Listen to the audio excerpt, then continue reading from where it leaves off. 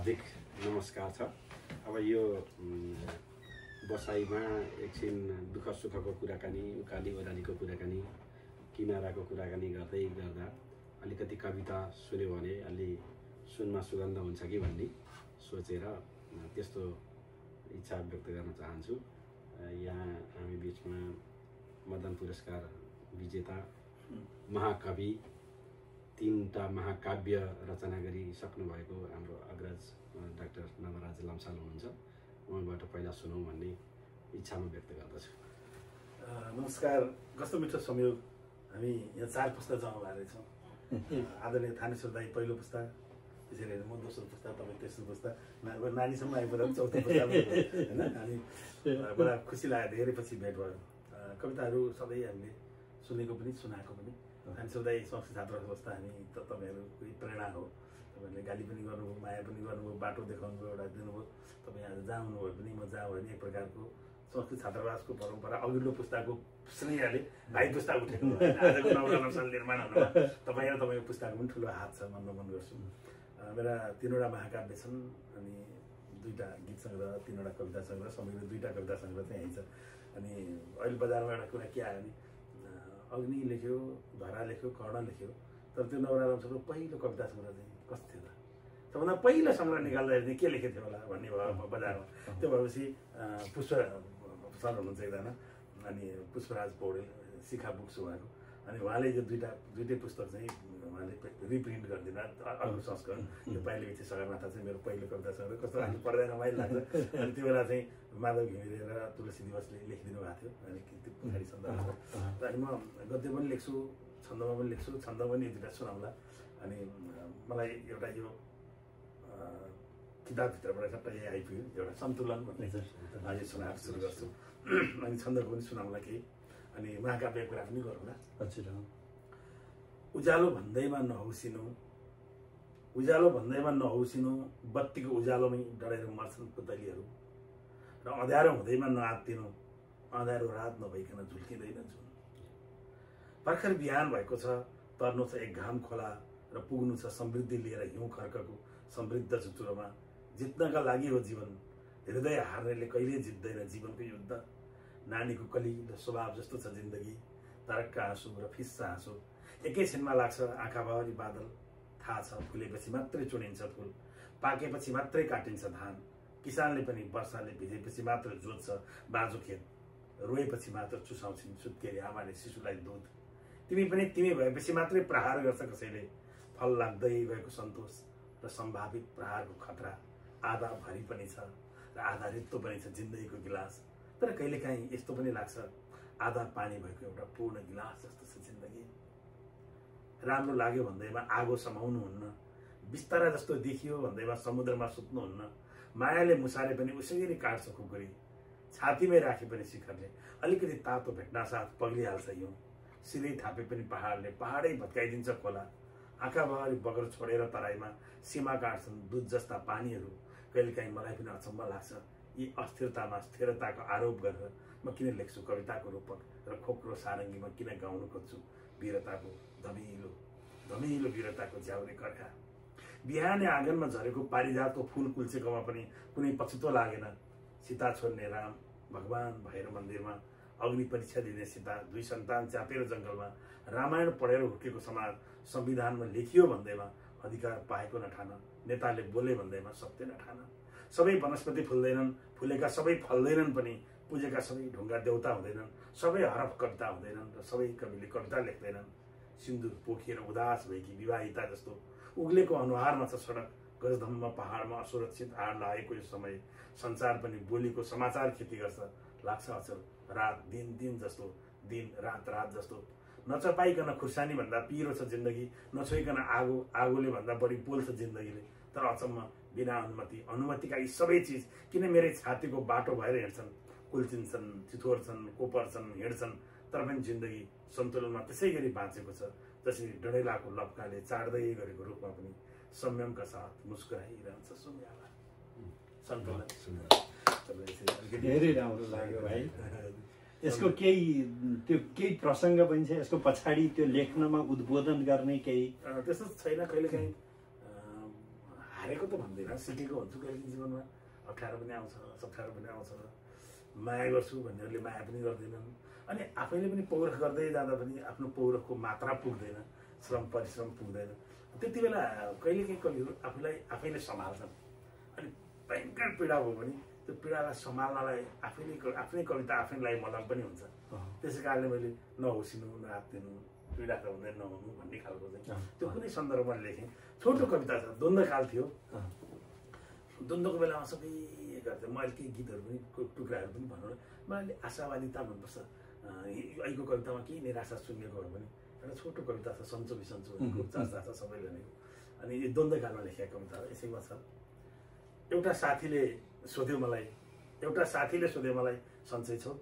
मैले भने एउटा साथीले सोध्यो मलाई सन्चै छौ? मैले भने बा थलिनु भएको 10 वर्ष भयो, आमा कुजिनु भएको छ, भाइ हराएको पनि धेरै भयो, छोरीले पढ्न छोडी छोरो पनि हल्ली हिँड्छ, श्रीमती माइतमा छिन्, खेत बाँझै छ, आफू बेरोजगार छु, यति हो बिग्रेको, अरू त सबै सन्चै छ। छोटो खालको यस्तो कविताहरू मलाई मनपर्छ। अनि म यो बिचमा नेपाल छोडेपछि मैले पछिल्लो चरणमा गद्यमा 2टा कविता लेखेँ। अमेरिका आउनुभन्दा अघिल्लो रात एउटा कविता छन्दमा लेख्न मलाई लामो छ, त्यो अहिले सुनाउँछु। अनि पछिल्लो चरणमा 2टा कविता लेखेँ। त्यो मेरो टिकटकहरूमा पनि आएको छ, सबै मान्छेले। एउटा चाहिँ म स्कुलहरू कलेजहरूमा गइरहेको छु, मैले तन्नेरीलाई भन्ने के हो त, युवाहरूलाई तन्नेरीहरूलाई मैले भन्ने कुरा चाहिँ के हो त, मेरो कविता तन्नेरीहरूको नाममा, छन्दमा नि केही कविताहरू छन् युवाहरूको नाउँमा भन्ने। अनि एउटा कविता मैले नयाँ पुस्ताको नाउँमा भनेर लेखेको छु। त्यो चाहिँ बिल्कुल नयाँ पुस्ता, जसले मलाई दाई भन्ला, काका भन्ला, बुवा भन्ला, उस्तो पऱ्यो हजुरबा भन्ला, र त्यो पुस्ताका लागि मेरो भन्नु हो यो नयाँ पुस्ताको नाउँमा। आजकलभरि निराशा बढ्ता छ मान्छेहरूमा, डिप्रेसन छ, मान्छेहरू आत्मदाह गर्न थाले, आत्महत्या गर्न थाले, आत्महत्याको रेट पनि बढेको छ। त्यो अन्तर सुख भन्दा बाह्य सुखमा मान्छे धेरै हिँडेको कारणले दुःख त्यस्तो भयो भन्ने मलाई लाग्छ। नयाँ पुस्ताको नाउँमा आँधी चल्यो भने हुरी चल्यो भने, आँधी चल्यो भने हुरी चल्यो भने, देउराले आफै हल्लियो र हरायो भने हृदय उभिने हरियो जग, तिमी संयमी हुनु नहतारिनु मौन बस्नु, तिमी संयमी हुनु नहतारिनु मौन बस्नु, होसियार हुनु कातर हुनु होइन, होसियार हुनु कातर हुनु होइन। चल्यो भने सुनामी, आयो भने छाल, आफै अनियन्त्रित भयो भने समुद्र, र बग्यो भने किनाराको करुणा र दिलको दैलो, समुद्रलाई अँगालो हाल्छु नभन्नु, समयसँग सतर्क रहनु, कसैसँग भाग्नु होइन। जिन्दगीको रेखा सजिलो छैन, सोझो छैन, वक्र रेखामा बाङ्गै बग्यो भने समय, अमान्छे मान्छे भएर आयो भने पनि, र मान्छे अमान्छे भएर आयो भने पनि, जतिखेर जहाँ पनि ज्यान फाली नहाल्नु, तर्क गर्नु, प्रतिवाद गर्नु, तर आत्मसमर्पण नगर्नु। समयको किनारामा एक्लै हुनु भनेको हार्नु होइन, समयको किनारामा एक्लै हुनु भनेको हार्नु होइन। पटक पटक हार नपरे हार्नु, हिम्मत नहार्नु, मार्न खोज्छन् जिउँदै जिउँदै जलाउन खोज्छन्, तर मरेर नबाँच्नु, बाँचेरै बाँच्नु, परे युद्ध हार्नु, तर हारहरूसँग नहार्नु, जीवनसँग नहार्नु, 2-4 हारमा संसार सकिएको नठान्नु, असत्यको भिडमा विजय भन्दा हारको जय छ, गौरव छ, यति सम्झनु। सपना देख्नु तर सपनाको मलामी नजानु, विचार बोक्नु तर विचारको दास नहुनु, समय चिन्नु तर समयको घोडामा बेलगाम नकुद्नु, खोज्नु दुनियाँ खोज्नु तर अरूलाई खोज्दा खोज्दै आफूलाई नबिर्सनु, जीवन बेचेर मृत्यु नकिन्नु, गोडा बेचेर जुत्ता नकिन्नु, निधार बेचेर अबिर नकिन्नु, आँखा बेचेर चस्मा नकिन्नु, आमा बेचेर ऐस नकिन्नु, आत्मा बेचेर शरीर नकिन्नु, बेचिनबाट जोग्यो भने सब थोकबाट जोगिन्छौ। बिगी छ बजारमा मालिक हुन खोज्नेहरूको, तिनीहरूबाट बच्नु, आफ्नो मालिक आफै हुनु, दास नहुनु। तन्नेरीहरूको तन्नेरी समयमा अवाञ्छित भूत प्रेतहरूको प्रवेश रोक्नु, समयको केस्रामा सिपको धागो हुनेर जीवन कसिलो पार्नु, न्यानो पार्नु, उज्यालो हुनु जुन नहुनु, उज्यालो हुनु जुन नहुनु, जुन पहिले जुन भइसकेको छ, ज्योति हुनु घाम नहुनु, घाम पहिले घाम भइसकेको छ, आकाश नहुनु धरती नहुनु, यी सबै पहिले भइसकेका छन्। देउता पनि नहुनु, ती पनि झुन्ड झुन्डका हुन्छन्। मान्छे हुनु, केवल मान्छे मात्रै हुनु, जातपात नहुनु, सानो ठुलो नहुनु, रङ्ग रोगन नहेर्नु, होचो अग्लो नहेर्नु। तिमी जस्तो हुनलाई अरू जस्तो हुनु हुँदैन, तिमी जस्तो हुनलाई अरू जस्तो हुनु हुँदैन। तिमी आफू हुनु, आफू जस्तै हुनु, आफू आफै हुन नजान्ने मान्छे कोही कसैको हुँदैन।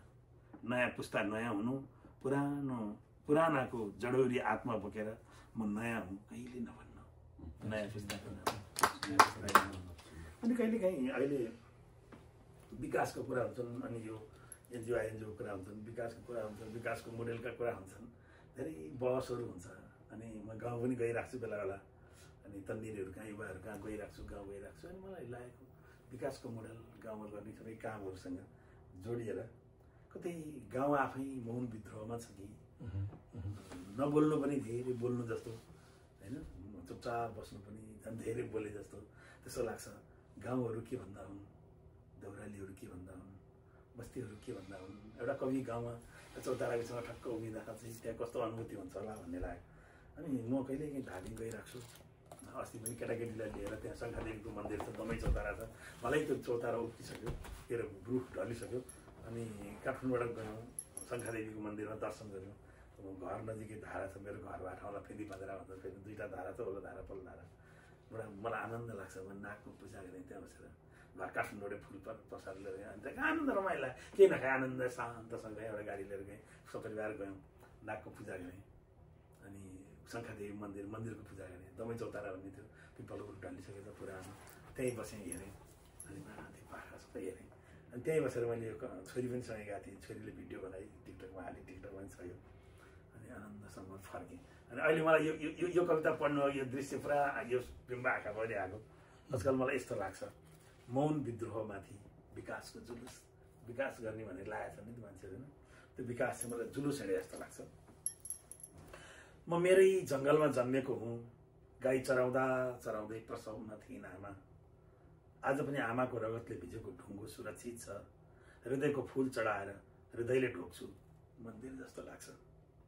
म विकास विरोधी होइन, हुँदै होइन, तर बहुराष्ट्रिय कम्पनी किन त्यही ढुङ्गो फ्याँकेर आफ्नो झन्डा गाड्न खोज्छ।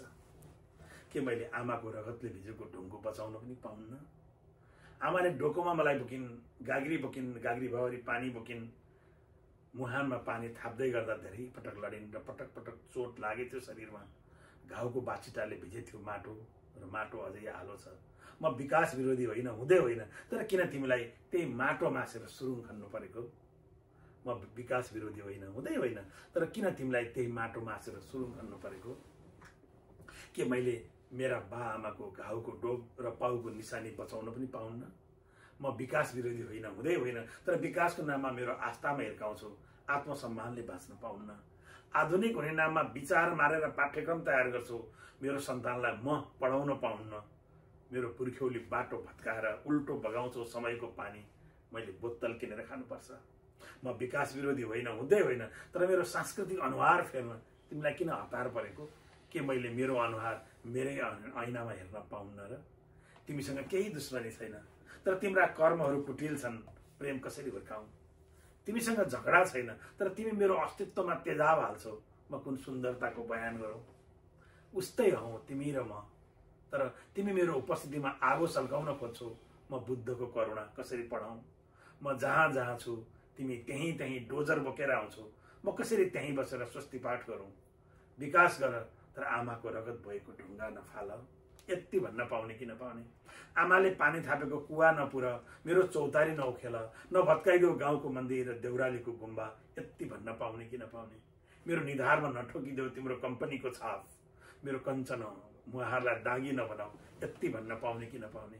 तिमी भएर आउँदा म मै भएर उभिन पाउन्न भने भो मेरो जीवित छातीमा तिम्रो विकासे झन्डा नगाड, मलाई नबिथोल, मलाई चुपचाप बस्न देऊ। मेरा पुर्खाले भनेका छन्, मौनता आफैमा मन्त्र हो, मौनता आफैमा विद्रोह। अब यसमा आश्चर्य के छ भने यसमा कविता शास्त्रका सबै तत्त्वहरू छन्, शब्द माधुर्यता पनि छ, बिम्ब प्रतीकहरू छन्, अनि दार्शनिकता पनि छ। तर सबै थोकको माला भएर पनि गाउँमा कहिल्यै विद्यालयको कक्षामा नपुगेको कुनै काका टोपी खोलेर चौतारीमा बसेर यो कविता सुन्नुभयो भने नि उहाँले यसबाट आनन्द लिन सक्नुहुन्छ। यो चाहिँ कविताको त्यो विशेषता जस्तो लाग्यो। अत्यन्त काका काकी कसैले भारी बिसाएर चौतारामा भारी बिसाएर यो कविता पढ्नुभयो भने पनि यो सबै साहित्यका तत्त्वहरू भएर पनि बिम्ब सबै वर्गलाई साहित्यमा त्यो सहृदयता, कोमलता आदि आउनु, मृदुता, त्यो चाहिँ नि राम्रो गुण हो। त्यो ओजस्विता भइकन हामीहरूको पूर्वीय काव्य चिन्तनमा जस्तो अब बाणभट्टको कविता भनौँ न अथवा श्रीहर्षको कविता पढेर त्यसमा आनन्द लिने 2-4 मान्छे हुन्छन्, तर संस्कृतै काव्यमा कुरो गर्ने भने कालिदासका अगाडि म पुग्न सक्दैन।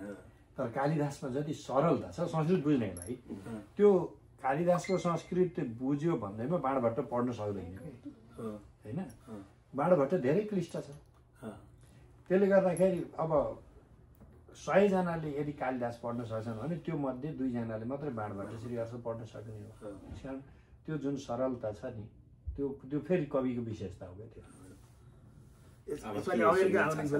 अमेरिका आउने भन्दा अघिल्लो दिन अनि ल्यापटपमा खेलिरहेको थिएँ, अनि के छ गाउँघरको खबर, के लिएर आयो भन्नु हो भने अथवा त्यहाँ जाँदाखेरि मैले के भन्नुला भन्ने लाग्यो मनमा।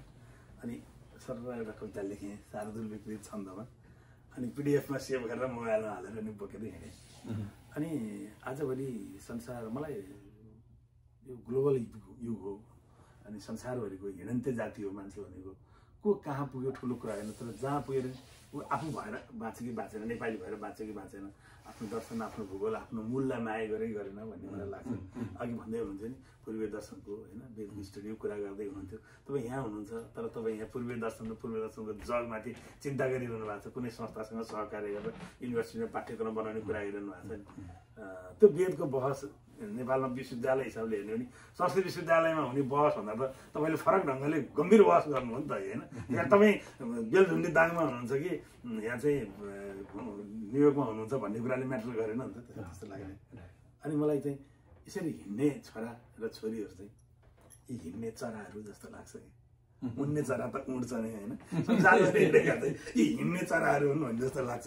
अनि मैले यसको नाम पनि हिँड्ने चराहरू राखेँ। खासै त्यस्तो मैले सरमा आउनु अघि के छ काठमाडौँतिर अथवा के ल्याएको छौ भन्ने भयो भने किताब त केही ल्याएको छु नै, त्यो भएछ नि मैले लेखेँ हिँड्ने चराहरूसँग।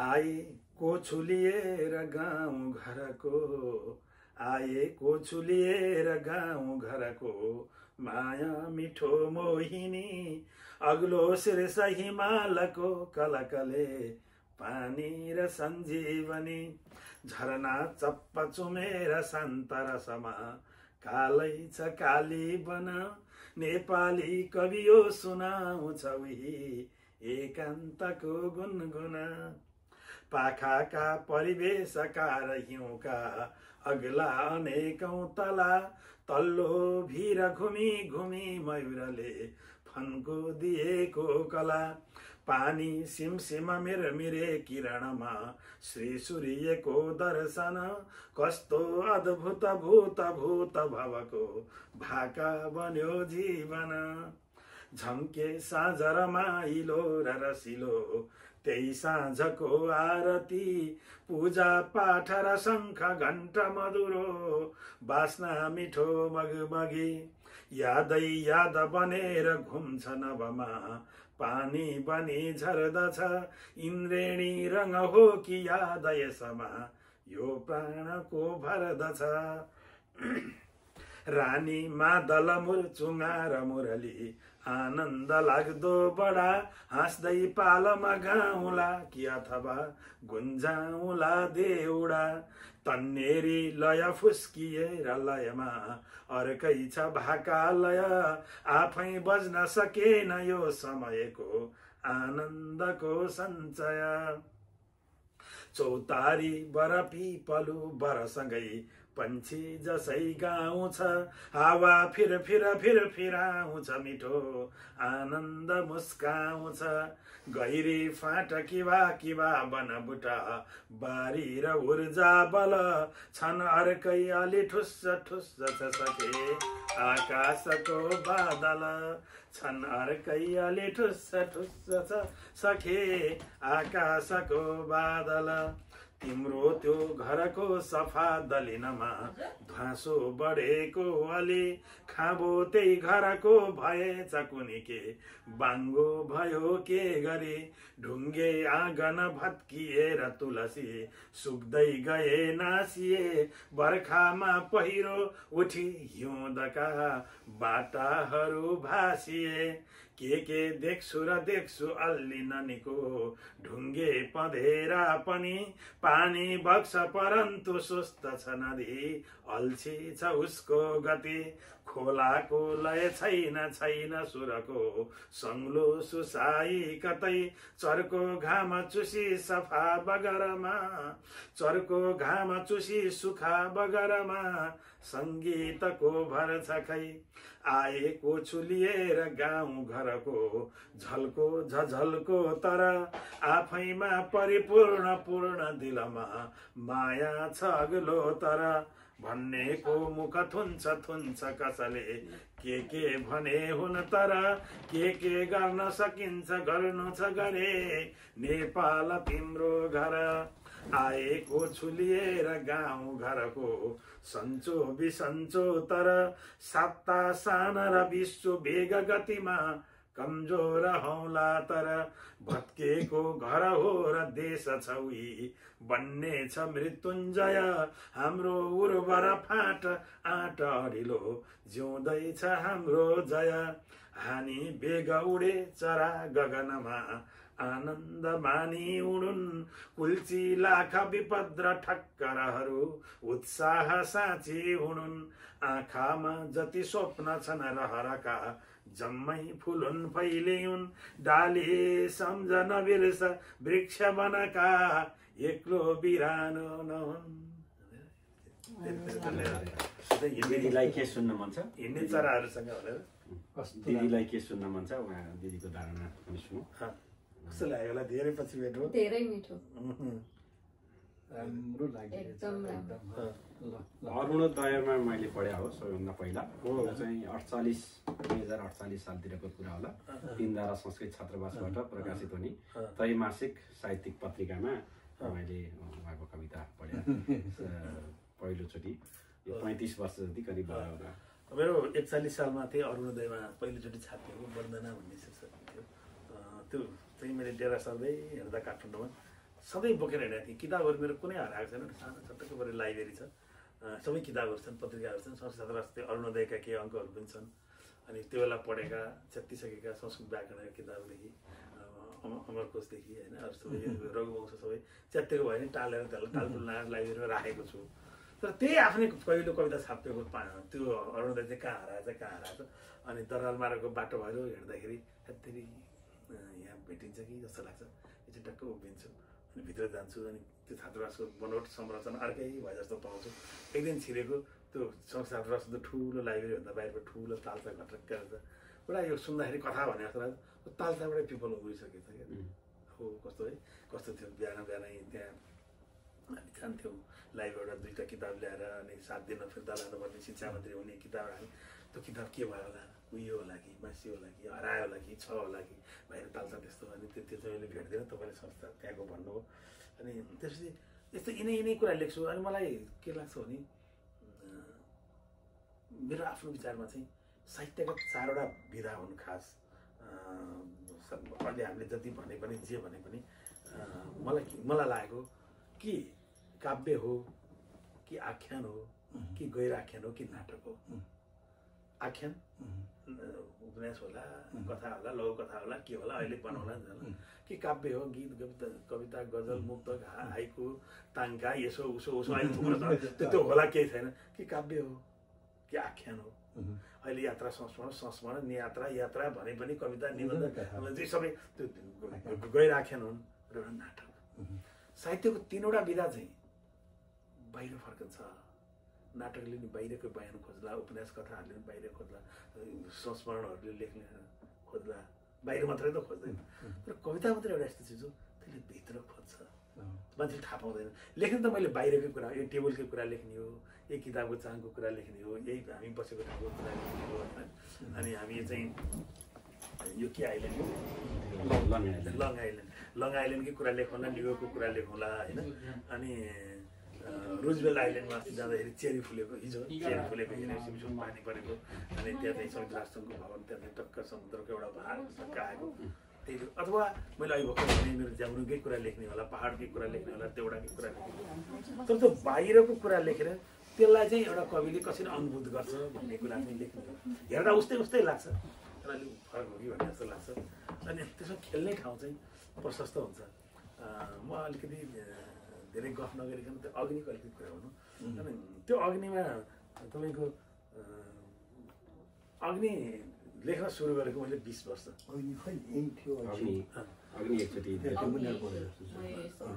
यो अग्नि छ होइन।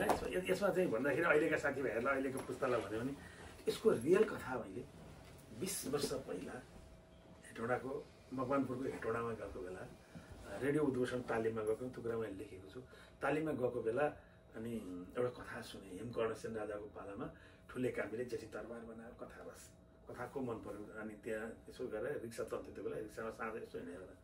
तर राष्ट्रियतासँग, देशसँग, इतिहाससँग जोडिएको कुरालाई चाहिँ मैले मनोगणन्य राख्ने कुरा भयो। त्यसपछि मलाई रिसर्च पुगेन, अनि मैले यो दिएर त्यसपछि यतिकै रह्यो। त्यसपछि मैले लेखेँ कर्ण लेखेँ। मेरो कर्ण सहस्र सज्जन सखा आदर्श एउटा ठिटो।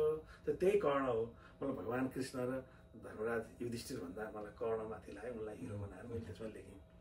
अनि कुन्तीले चट्ट काखमा कर्णलाई लिएर खोलामा चट्ट बगाउँछिन् होइन। च्यापी दुध चुपुक्क चुस्न नदिने आमा किन न्यानो काखा लुपुक्क सुत्न नदिने आमा किन। के अरे च्यापी दुध चुपुक्क चुस्न नदिने आमा किन। यो मैले बिर्सेँ, म फेरि सम्झाएर हालेर अनि कुन्तीले चाहिँ कर्णलाई फाल्छ। त्यसले कर्ण लेखेँ।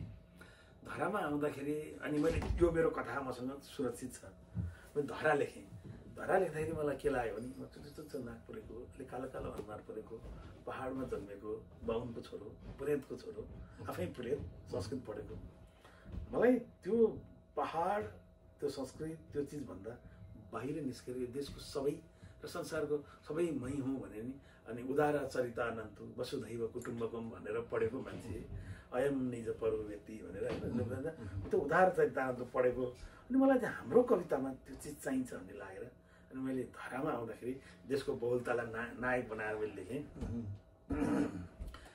एकै देश अनेक जात धर्म, राई र लिम्बू महु, साँच्चै धीर धिमाल वीर बलियो कोचेर मेचे म। राज्यै छैन र राजा वंश भनिने त्यही राजा वंशी म। गनगाई र सतार पूर्वतिरका पूर्वीय थारू म। चण्डी पालमा गाउँदै रस भरे कोशी तरे पश्चिम। सेतो सोलु पुगेर सेब्रो धुनमा चाखे हिमाली रङ।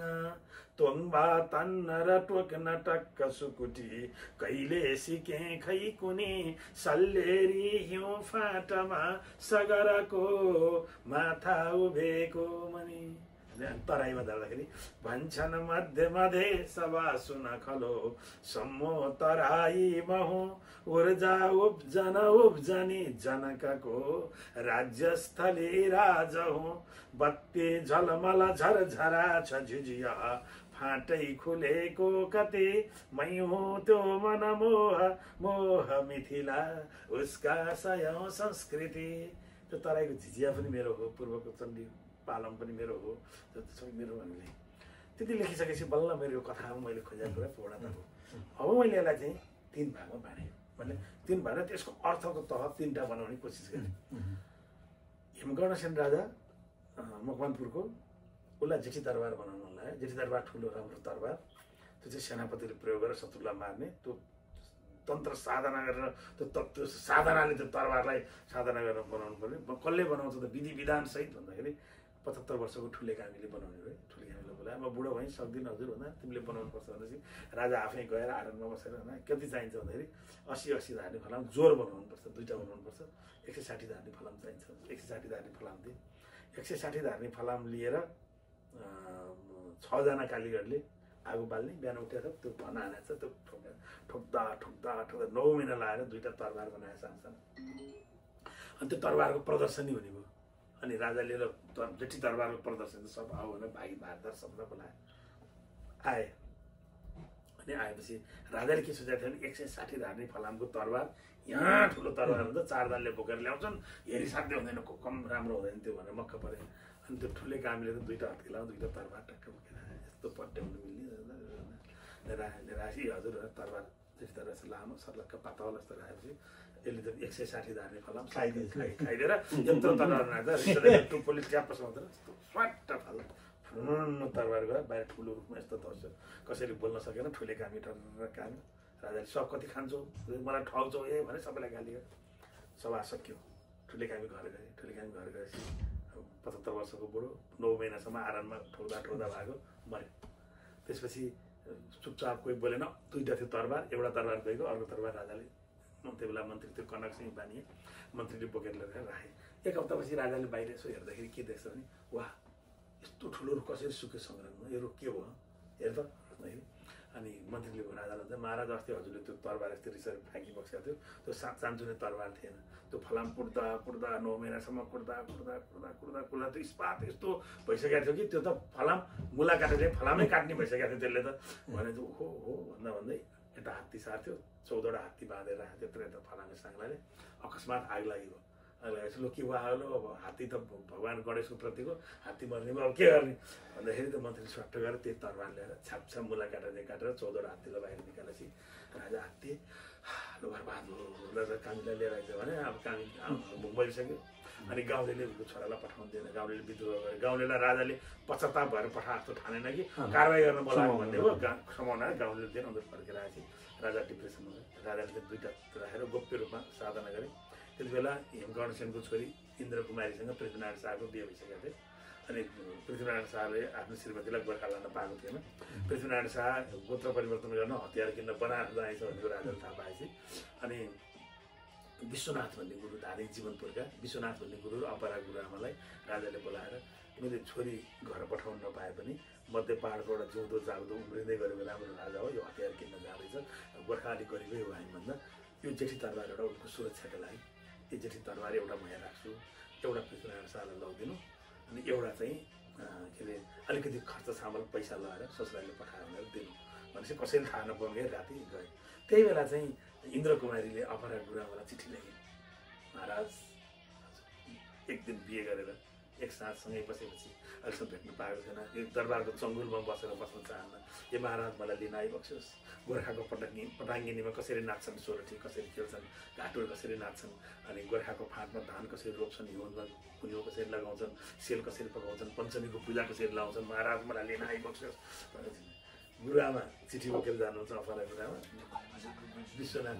अनि विश्वनाथ गुरु चाहिँ त्यो खर्च सामान लिएर जानुहुन्छ, पृथ्वीनारायण शाहलाई दिनुहुन्छ। पृथ्वीनारायण शाह त्यही बाटो बनारस गएर फर्किन्छन्। त्यो तरबार चाहिँ गोर्खामा कालीको मन्दिरमा ठक्क राखिन्छ। अनि कसैले नचलाउनु है भनेर राखेको हुन्छ। अनि नुवाकोटको युद्ध हुने हो, नुवाकोट युद्ध भएर काठमाडौँ हान्ने बेलामा अनि दलवर्धन शाह सानो थियो, त्यहाँ पूजामा कुनामा राख्यो, कसैले देखेन, सानो तरबार सबै झोला झन्टा बोकेर हिँडे, म पनि जाने भनेर दलवर्धन शाह नि पछि के अरे पछि लागे, उनले चोरेर त्यहाँबाट त्यही तरबार बोकेर ल्याएछन्। त्यही तरबारले नुवाकोट युद्धमा नुवाकोटको सेनाको प्रमुख शङ्खमणि राणालाई त्यही तरबारले काटेर नुवाकोट जितेर काठमाडौँ आएर अनि काठमाडौँ जितेर अनि त्यसपछि नेपाली गर्नुभएको कथा हो यो। अनि यो किताब चाहिँ 10, 11, 12 कक्षाको भाइ बहिनीले पढ्यो भने सलल भाषामा उसले यति मैले अहिले भनेको कथा बुझ्छ अनि अन्तिममा त्यो कथा सकिन्छ। अनि त्यसको अलिकति स्ट्रक्चरमा तलमाथि छ, कथा बुझ्छ, त्यसलाई पुग्यो। त्योभन्दा बाहेक नानी जस्तो मास्टर्स गर्दै गरेको, एमए गरेर जस्तै एमफिलमा पनि भएको छ, अहिले पिएचडी पनि हुँदैछ, एमफिलको थेसिसहरू पनि बन्यो, एमएमा थुप्रै बन्यो। ती भाइ बहिनीहरूले यो पढ्यो भने चाहिँ तिनलाई चाहिँ त्यो कथाले मात्रै पुग्दैन। यही किताबमा तपाईँले के पाउनुहुन्छ भने यहाँ एउटा कवि तथा सञ्चारकर्मी भन्ने एउटा पात्र छ। त्यो कवि तथा सञ्चारकर्मी भन्ने पात्र त्यो ठुले कामीको सन्तान छेलाङ्गी विश्वकर्मा भनेर लेख्छ। छेलाङ्गी विश्वकर्माको गाउँमा हेटौँडामा जान्छ। उसले भन्छ म कवि हुँ, म सञ्चारकर्मी हुँ, म चाहिँ ठुले कामीको बारेमा महाकाव्य लेख्न गएको हुँ, तिम्रो पुर्खा कथा भन भन्छ उसले। अन्त उसले के भन्छ हुँदैन, कहिले लेख्यो, आजसम्म लेख्यो। यो नेपाल एकीकरण गर्नलाई पैसा नपुगेर पृथ्वीनारायण शाह छटपटिँदा एक घरले 1 रुपियाँ दियो भने 1100 हुन्छ। गोर्खामा 1100 मान्छे छ हजुर, म सुरुवात गर्छु भनेर सबभन्दा पहिला 1 रुपियाँ दिने विषय नगर्सी बारे काव्य लेख्यो। राजा महाराजाको त लेख्यो, सत्ताको गुलामी त गर्यो, हामी कहिले लेख्यो, मेरो लेख्नु पर्दैन। त्यो पैसा लिएर पृथ्वीनारायण शाह जसवीर कामीको आरणमा गएर खुकुरी बनाउन लगाएको थिए। त्यो खुकुरी बोकेर युद्ध लड्न गएको थिए। त्यो जसवीर कामीको बारेमा कहिले लेख्यो? राजाको लेखा न, हाम्रो किन लेख्छौँ? अनि गोर्खाली सेना त्रिशुलीमा पुगेर त्यो शुभघाटबाट त्रिशुलीलाई तर्न सकेन। ज्योतिषले भोलिपल्ट बिहान 3 बजेदेखि युद्ध गऱ्यो भने जितिन्छ, सायद 3 बजी छ भनेको थियो। तर त्यो त्रिशुली उर्लेको त्रिशुली गोर्खाली सेनाले तर्न नसकेपछि जलेबा माझीले वनमा गएर काठ काटेर दिनभरि ढुङ्गा बनाएर ढुङ्गामा हालेर सेनालाई तार दिएको र अनि गएर युद्ध जितेर नेपाल एकीकरण भयो। जलेबा माझीको बारेमा कहिले लेख्यो? र तिमी भन्छौ कृष्णले गीतामा 4 वर्ण चाहिँ कर्मको आधारमा बनाएको मैले भन्छ, तिमी जातको आधारमा जन्मको आधारमा बनाइरहेको छौ। कृष्णभन्दा जान्ने तिमीले कहिले लेख्यौ? रामले सबैको जुठो बगेर खाएको कुरा गर्छौ, तर सबैको जात के थियो कहिले भन्यो? अनि नारद सबभन्दा पवित्र ऋषि, नारदको आमा ऋषिकुलमा कुन अवस्था थिए, नारद कहाँ जन्मे, उनको पिताजी को, अनि उनको जात के हो? अनि वेद लेख्ने महत्त्वपूर्ण ग्रन्थ वेद लेख्ने उनको जात के हो? के अरे रामायण लेख्ने जात के हो? तिमी खालि जात भातको कुरा मात्रै गर्छौ, खालि कुरा गर्छौ, त्यही लेख्नु पर्दैन भन्छ। उसले भनेपछि म सबै चिज हुँ, म बाहुन पनि हुँ, म पहाडिया पनि हुँ, म पुरेत पनि हुँ, म संस्कृत पढेको पनि हुँ, म पुरुष पनि सबै हुँ, तर बाहिरको बोक्रा सबै फादर सिङ्गो मान्छे भएको दिन्छु दाजु मलाई छु नि। तिम्रो कर्तव्य, तिम्रो पुर्खाको बारेमा लेख्छु, कथाहरूलाई भन हुन्छ। म भन्दैन आँट छ, आँटसम्म ल लेख, यस्तो यस्तो यस्तो यस्तो उसले भन्छ। अनि तिमीलाई यहाँ छुवाछुत छ, सारा छ, मेरोमा किन गर्छौ? धारा पानी छ, तिर्खा लगाएर खाऊ, त्यो पर्खाला बस्छ, चोखो बुझ्दै छ, त्यहाँ बस्छ, तिमी जाऊ। छैन म तिम्रै आरोमा बस्छु, यहाँ बस्छु, भाउजू भात पकाउ मलाई त्यो भन्छ। रातभरि त्यही बस्छ, त्यही खान्छ। अनि भोलिपल्ट बिहान मैले रातभरि तपाईँले मलाई कथा सुनाउनु भयो। अब म ठुले कामीको बारेमा महाकाव्य लेख्छु, अग्नि भनेर महाकाव्य लेख्छु, म काठमाडौँ फर्केर महाकाव्य लेख्छु, म जान्छु भनेपछि त्यो घरकी दिदी ठ्याक्क आउँछन् र हुन्छ जुनिमा भन्ने नाम छ। म चाहिँ एकदम आजको युगको सशक्त नारी भएर बोल्छु। के अरे म योसँग बिहे मैले गरेँ, मकवानपुरको तिमी जुन हेमकर्णसेनको कथा भन्यो सुन्यौ रातभरि, त्यही हेमकर्णसेनको खलक्की ठकुरीको छोरी हुनु, यो छेलाङ्गी विश्वकर्मासँग मैले बिहे गरेको। यसको त के आँट थियो र मसँग बिहे गर्न? मैले हिँड तसँग बिहे गर्छु भनेर यसले मलाई भगाएन, मैले यसलाई भगाएर हिँड्छौँ भनेर मैले लिएर आएको। अनि त्यसपछि मलाई यो ठुली कम्युनी भनेर हेपे स्कुलमा बच्चालाई हेपे छन्, एक दिन गएर हेडमास्टरमा मैले झगडा गरेँ, मैले गरेँ। गाउँ छोडेर हामी बेसी झरेँ, गाउँमा सबैले हेपेको ठाउँमा बस्ने होइन, जहाँ स्वाभिमान छ त्यहीँ बसेर छोड हिँड भनेर यसलाई लिएर मैले ल्याएको। अहिले पनि मलाई मकवानपुर दरबारमा जान मन छ, छम पञ्चमी पूजा लगाएर नाच्न मन छ, तिजको पूजा लगाएर नाच्न मन छ, अहिले पनि मलाई सेलरोटी पकाउन मन छ, अहिले पनि गीत गाएर नाच्न मन छ, मलाई सहकारी जान मन छ, मलाई पोलिटिक्स गर्न जान मन छ, मलाई गाउँमा अगुवा हुन मन छ, सब चिज गर्न मन छ, म गर्छु। आज तिमी मेरो घर रातभरि आएर बस्यो, मैले पकाएर खायो, अनि के अरे मेरो कान्छो भाइ आए जस्तो लाग्यो। यसलाई बिहे गरेर भागेदेखि मैले माइतीको मुख पनि देखाएको छैन, छोराछोरी देखाएन, तर आज मलाई मेरो आफ्नै भाइ आए जस्तो लाग्यो, मेरो देवर आए जस्तो लाग्यो। आइबस्यो ल जाऊ तिमी अब भनेर उसले भन्छन् होइन, एउटा पोल्ट अनि ऊ चाहिँ झलामकेर अनि त्यो कवि तथा सञ्चार गर्ने पात्र अब अग्नि भन्ने महाकाव्य लेखेन।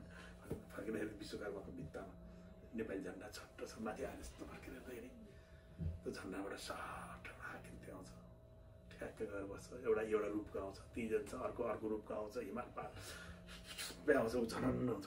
एउटा झन्डामा त यो देशको सबैको अनुहार त्यो हटाएको छ भने यो देशमा कति मान्छे हटाएको छ, वाह यही लेख्छु भनेर फर्किन्छ। अनि त्यहाँ हेटौँडामा चाहिँ त्यहीँ मकवानपुर गढीमा एउटा कथा के छ भने एउटा कृष्ण गोपाल भन्ने मन्दिर छ, कृष्णको मन्दिर छ। त्यो कथा के रहेछ त्यहाँ भने त्यो मन्दिरको बाहिरपट्टि तालता लाएर भगवान्लाई थुन्दा, भित्र कृष्णको मन्दिर छ, फलामको डन्डी छ, बाहिर तालता लाएर थुन्ने, अनि फुलपाती जस्ता लगाएर छर्ने, पूजा गर्ने, हजुर नमस्कार मुक्ति पाउन्, आफैले देउतालाई बाँधेर थुनेर राखेको छ, भित्र तालता लाग्छ, तर मुक्ति पाउँ भनेर ढोग्ने होइन, त्यो चाहिँ खालको रहेछ। अनि त्यसो किन त्यसो गरे अरे भन्दाखेरि राति राति त्यहाँ छतिवन भन्ने छ, छतिवनमा चाहिँ तोरी फुल्ने। अनि कृष्ण त राति गोपिनी भेट्न छतिवनमा जाँदो रहेछ अरे। भोलिपल्ट बिहान त कृष्ण त खाली खुट्टा तोरीको फुलै फुल खुट्टा लिएर आउँदो रहेछ अरे। अनि गाउँले भगवान् भएर राति राति यसरी भाग्ने, तिमी नै भागेर गोपिनीसँग रातभरि लीला गरेको देखेपछि गाउँले के भन्छ, छोरी बुहारी बिग्रिन्न, त्यो फटा मरो भनेर कृष्णलाई थुनै गाने गाउँले होइन। त्यो कथा त्यहाँभित्र छ होइन। अनि चट्ट माथि आएपछि मैले एउटा आवाज, त्यो कविता सञ्चार गर्ने भन्ने पात्रले एउटा आवाज सुन्छ है, त्यहाँबाट प्रतिध्वनित भएर आउँछ। त्यो आवाज के भने हुन्छ भने, वर्षौँदेखि भगवान्लाई चाहिने एक एक थान हतियार, प्रत्येक भगवान् एउटा एउटा हतियार छ नि त होइन। त्यो हतियार पनि ठुले कामीहरूले बनाए, भगवान्को शालिग पनि ठुले कामीले सबै बनाए, सबै चिज गरे। महाभारतमा कृष्ण जन्मेपछि पहराहरू निदाएका, ढोका आफै खुलेका र बाहिर निस्केको जस्तै गरेर एक दिन राति अकस्मात त्यो कृष्ण गोपालको मन्दिरको तालचा आफै फुक्यो अरे, ढोका आफै खुल्यो अरे, कृष्ण आफै बाहिर निस्क्यो अरे। र आजसम्म हामी भगवान्को मूर्ति चाहिँ विश्वकर्माहरूले बनाए, त्यो ठुले कामीको मूर्ति चाहिँ म बनाउँछु भनेर भगवान् कृष्ण आफै ठुले कामीको मूर्ति बनाउनु पर्छ भन्ने आवाज प्रतिध्वनित भएर आउँछ। ठ्याक्क गरेर काप्न सकिन्छ, देख्न सकिन्छ। अनि यति चाहिँ चाहिँ गद्यमा छ। अन्तिममा मलाई छन्दको माया लाग्यो। अन्तिममा 35 श्लोक चाहिँ उपजाति छन्दमा चाहिँ केही श्लोकहरू सुनाउँछु। अनि त्यो चाहिँ के अरे टक्क सकिन्छ। अनि अहिले मैले भनेको कथा 10-12 कक्षा पढेका भाइ बहिनीहरूलाई पढ्न मन लाग्यो, त्यो कथा पढ्यो, सिम्पल गद्यमा छ, सकियो। अब मास्टर्समा एमफिल पिएचडीमा थेसिस गर्ने समाजशास्त्र हिसाबले अहिले मैले जो भने, अनि फलानु ऋषि को थिए, फलानु ऋषि दधिजीले आफ्नो हड्डी इन्द्रलाई वज्र बनाउनु दिने बेला उनको पत्नी गवस्तिनी थिइन्, गर्भवती थिइन्, सती जानु पर्थ्यो, ढुङ्गाले हाने, बच्चा जन्मियो। अनि त्यो बच्चालाई पिपलको चोप खुवाएर हुर्कायो, उसलाई पिपलाद भनियो होइन, उसको जात के हो। अनि के घोडाबाट जन्मेको भन्छ अश्विनी कुमार, उसको जात के हो अहिले थुप्रो छ उदाहरण, के छ यति लेख्छ भनेर त्यसलाई चाहिँ समाजशास्त्रीय धार्मिक हिसाबले चाहिँ व्याख्या गर्ने हो। र अब त्योभन्दा बाहेक तपाईँ जस्तो दाइहरू भेटिनुभयो, अलिकति अन्त दर्शनको कुरा गर्ने, फिलोसफीको कुरा गर्ने मान्छे भेटिनुभयो, एकदम नेपालमै हुनु समय आनन्द अरू टाइपको मान्छेहरू भेटियो, जानु पऱ्यो भने चाहिँ उनलाई त यो मेरो यो लौकिक कुराले नचला नि त।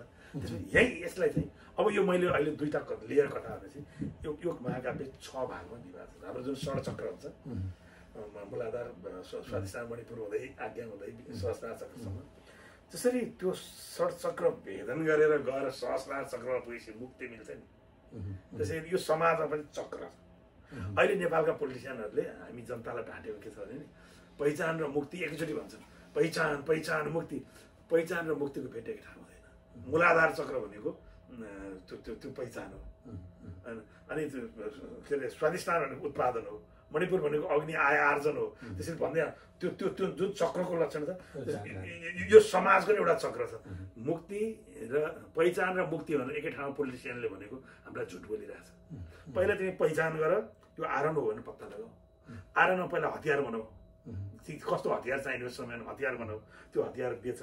पहिला चाहिँ त्यो हतियारको पहिचान गर, त्यसपछि उत्पादन गर, त्यसपछि आय आर्जन गर, अनि मान्छेलाई विवेकी बनाऊ। 1 गिलास रक्सीमा 100 रुपियाँको रिचार्ज कार्डमा 1 ग्लास भातमा भोट नबेचिनी बनाऊ।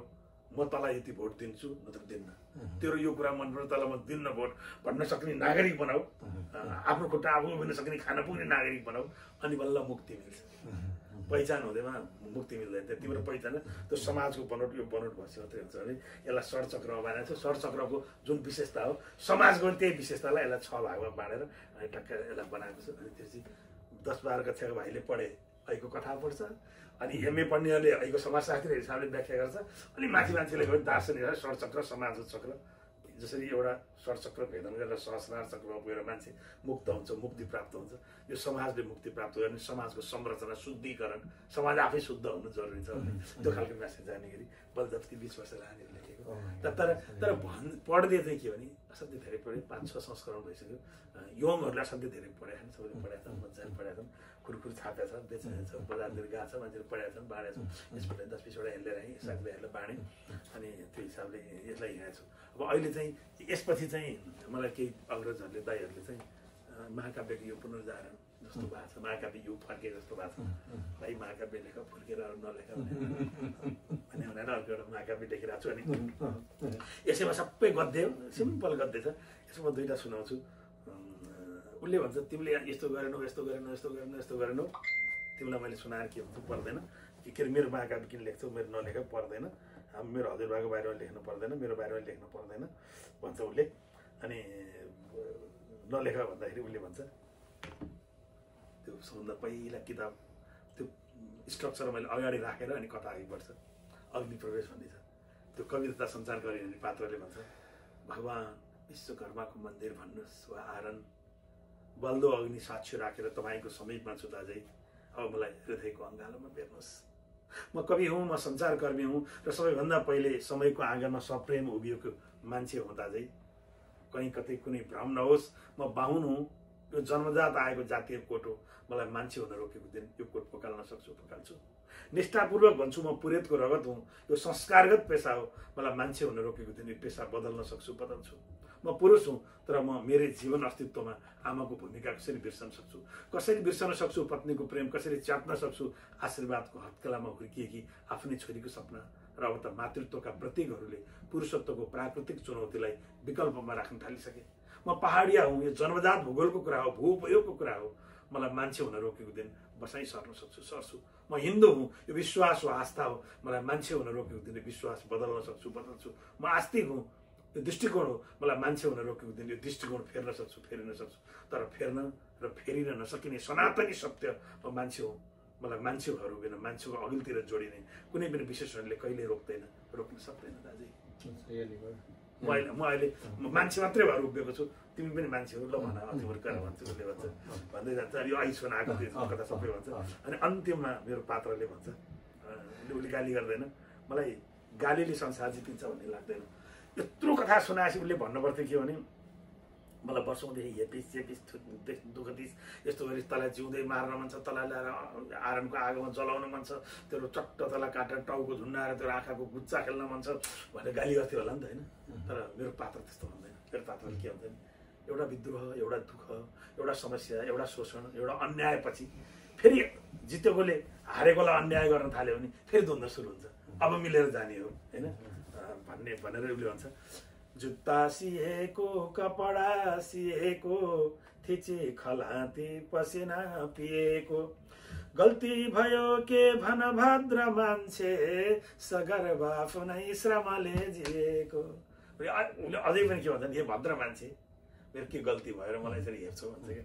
जुत्ता पनि सिएको, कपडा पनि सिकेको, खलाती थिचेर पसिना पनि पिएको हो, तर मैले गल्ती के गरेँ त्यो त गर्दाखेरि तिमी भद्र भए भद्र मान्छे सोच भन्छ क्या उसले। उसले भन्छ ब्रह्माण्डको ब्रह्म विचार भन्नु, रहस्यको सृष्टि र सार भन्नु, भारी उही हो सब भार बाह, सँगै बगेको छ महाप्रवाह भन्छ, होइन लामो छ। अनि उसले भन्छ ज्वाला बटार्दै जब अग्नि हाँस्छ, त्यो अग्निमा नटक्क बस्छ, जे बोल्छ आगो हतियार सुन्छु, र जिन्दगीको तरबार सुन्छु, दियो दियौँ धप धप बल्छ बत्ती, सियो दियौँ छोप्दछ लाज जति, छिनो दियौँ टुक टुक मूर्ति खोप्न, गाह्रो छ आफ्नै जिउ ज्यान छोप्न, चोर्यो अरे रे जब स्वर्गबाट आगो कसैले कति भव्य आँट, त्यही आँटको पुत्र म हुँ विराट, ढाँटिन्न आफू दुनियाँ नराट, दाजिन्न होला यस देशसँग, म बाँच्छु मेरै जिउने छ ढङ्ग, निधारमा छैन कुरूप दर्शा, र देश लुट्ने लुटुवा कलङ्क।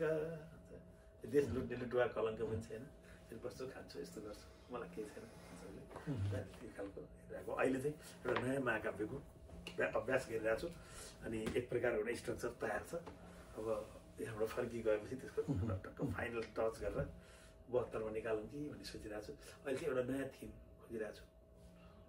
पूर्वको हाम्रो दर्शनको मसिना चिज छन्, वैज्ञानिक महत्त्वपूर्ण चिजहरू, त्यो चिजलाई सरल भाषामा काव्य बनाउँछु।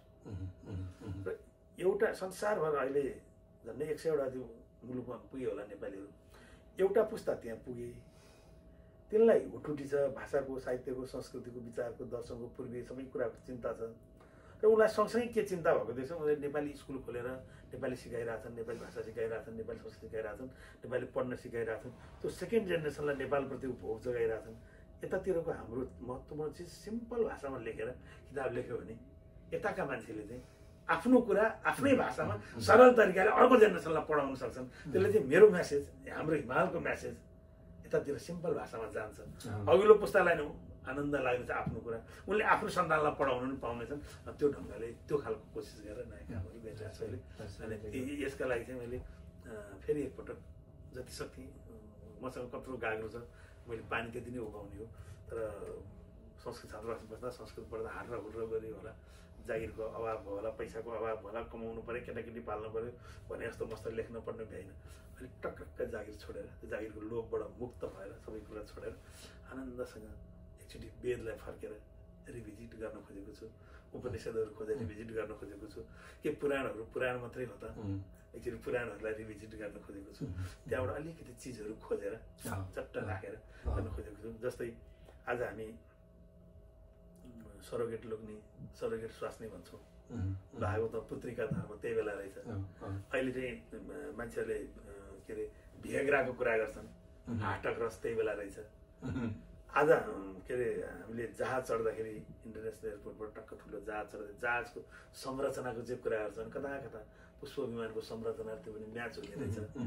अनि अहिले जस्तो नाप जाँच गर्ने चिज थिएन होला, तर कालिदासले के अरे त्यो तरस्यम देशी देवता तमा हिमालय हो नाम नगाधिराज पूर्वा परौतो यनिधि बगाय सीता पृथिव्याय मानदण्ड।